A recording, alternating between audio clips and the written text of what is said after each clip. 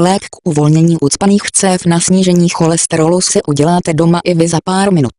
Cévy jsou kanálky, které se tak isto také další subjekty v těle po čase opotřebují a oslabují pružnost a pak se na jejich stěnách objevují asterosklerotické plátě vyvolávající bolesti hlavy a infarktu, mozkové mrtvice, nebo vysoký krevní tlak.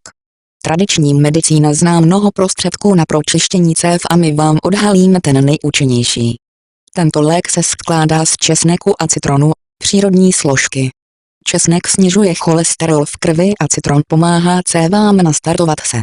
Potřebujete 6 citronů, 30 stroužků česneku, 1 litr vody. Postup. Umýjte citrony a očistěte česnek.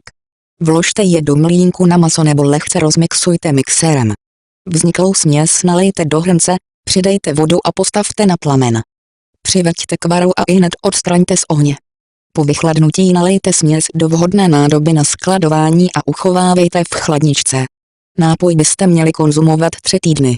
Každý den vypijte 50 ml, následně si dejte přestávku 1 týden a znovu pokračujte v 21denní léčbě.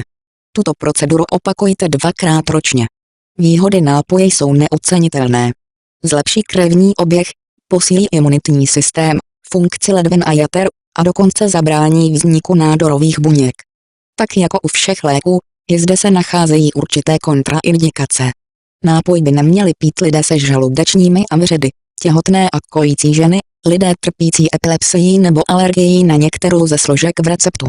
Nezapomeňte sdílet tento článek i se svými přáteli.